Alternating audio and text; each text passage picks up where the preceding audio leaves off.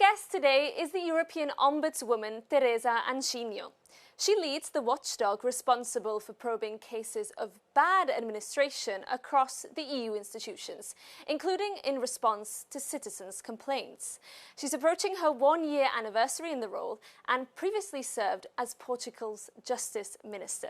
European Ombudswoman, welcome to the show. Thank you for joining us. Thank you. Thank you so much for having me. Yes. So as I was saying, you're approaching your one-year anniversary as Ombudswoman. Over the past 12 months, do you feel you've made big progress in terms of getting the institutions to be more accountable and more transparent? I believe that as European Ombudswoman in a very challenging times that actually we should always recognize. For the past 8-9 months, I have been concentrated in guaranteeing that I do follow my strategy in prioritizing individual complaints, allowing for fostering active citizenship and participation.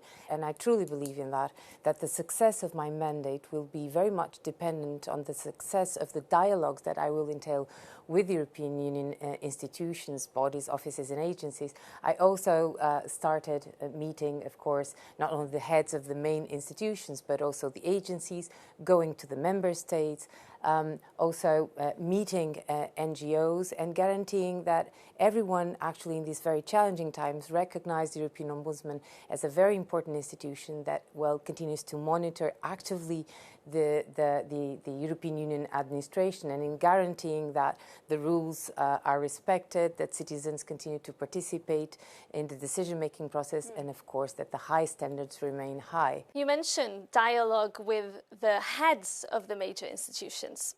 If we look at the Commission, President Ursula von der Leyen has recently been criticized for what many feel is an opaque operation, that she and her close circle of aides is rolling back things like access to documents, transparency.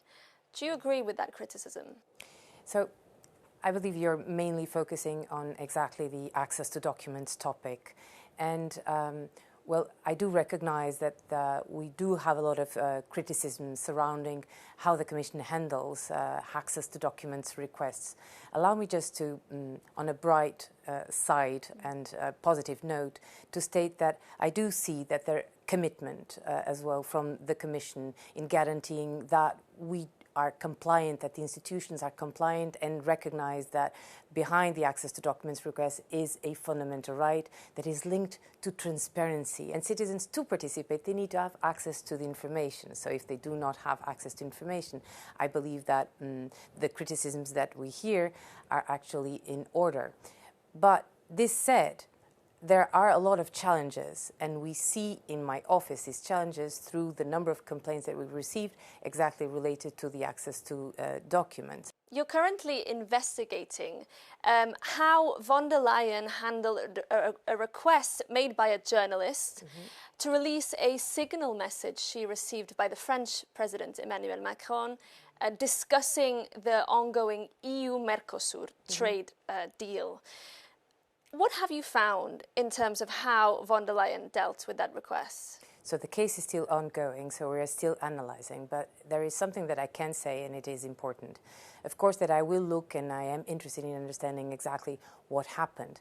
It's very important to come up with clear conclusions related to something that actually the Court of Justice already also pointed out, the importance of having good record management systems, document management systems with registration and retention that will allow, even in an event of access to documents, to be able to, on a case-by-case basis, understand what are the documents that should be released. We know in this case that you found that the Commission had the Commission President, von der Leyen, had the disappearing messages function activated on her Signal app, which means that she cannot retrieve them.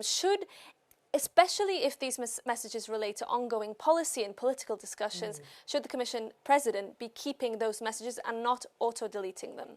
Again, it's a question of transparency and accountability in a very challenging time with new tools, namely the WhatsApp messages, the Signal, or whatever the system that you use to exchange messages. If they are related to decision-making processes, they are documents. That is very clear.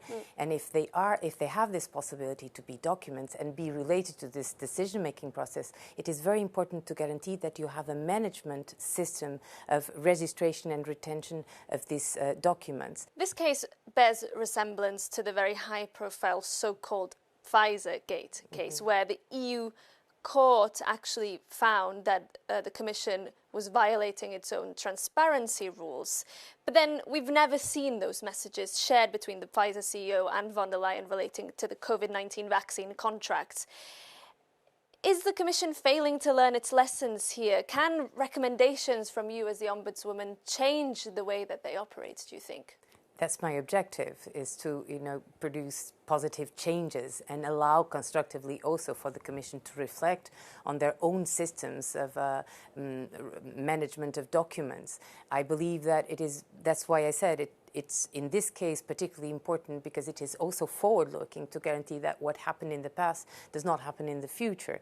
And we already had cases where that was also stated, in the sense that particularly when you have an access to documents request, those documents should not just disappear. They should be retained for an analysis if they should be disclosed or not, if they should be considered documents or not.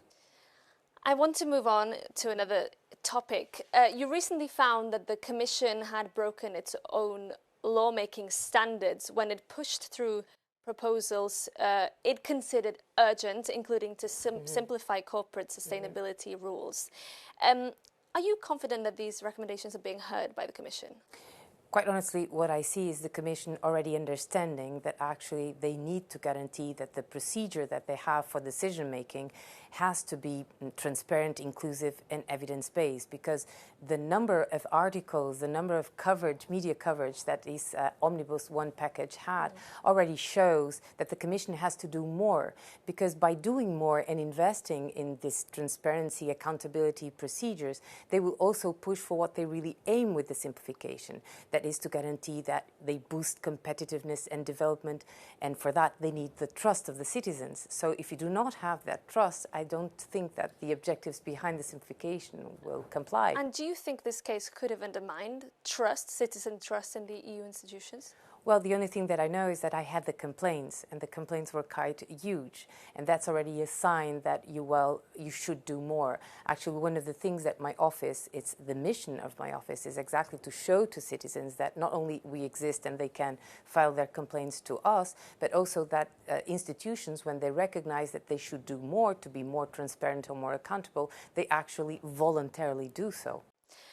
Your role often involves probing tendering processes. Now, there's an ongoing criminal investigation, which is clearly outside your mandate, into how the College of Europe was awarded a contract by the EU's diplomatic arm, the EEAS, and it involves very senior officials, including the former EU High Representative, Federica Mogherini. What does this case say about integrity in the EU institutions? So, whenever you have these kind of allegations that are related to integrity issues, it is very important to acknowledge that you always have high risks in terms of damaging the reputation of the European Union as a whole. Past cases also show that, as well as it hinders the already very high standards that exist and efforts that actually institutions are doing to guarantee, that they do have strong integrity frameworks. I believe that from this case, I can only hope, because this is the time for justice, I can only hope that it will be solved as fast as possible, and that, of course, all the facts will be clear, and that the institutions will also be transparent and collaborative in guaranteeing that, the public can continue to trust, of course, the European Union institutions. You have come under scrutiny recently for appointing your former head of cabinet to the most senior civil servant role in your institution, the European Ombudsman, which is the role of Secretary General. In hindsight, was this the right decision? Did it send the right message to citizens? First of all, it is important to state that it was not a promotion. It was a selection procedure. It was not dependent from any discretionary power from my part. And you're rightly pointing to the fact that allows me to say that this procedure was a very transparent, rigorous and accountable procedure. But you were part of that selection procedure. I was part, but I was guaranteeing from the very beginning exactly this accountability with clear checks and balances and being very transparent and public about it. It is important exactly to state that, because in the end of the day, I also recognize that there are always these problems related to the perceptions. There is a sense that there was a favoritism aspect here, and you are seen as the woman who is meant to be working to erase this kind of culture. In hindsight, do you think it was the right move? To be very fair, the selection procedure was a strong procedure in terms of checks and balances and guarantee of all ethical standards from the very beginning, having a very independent selection board. I did not have the possibility to exclude people that would be illegible. All the criteria were public, and all the procedure had a very clear timeline. So you're not concerned that this could undermine your reputation in any way? What I can say is actually what I say to the other institutions. I'm not immune to what happened afterwards, even though I recognize that the procedure was sound in terms of legal accountability. What do you mean by what happened afterwards? In terms of the media coverage and the idea that, as you were saying, as a question of hindering the perception that of a possible favoritism. What is important to state here is that I'm not immune to that, and of course that I think that for the future it is important also to reflect how I can safeguard as well the institution in these kind of procedures for any kind of perception that might exist. Teresa Anginio, thank you so much. Thank you.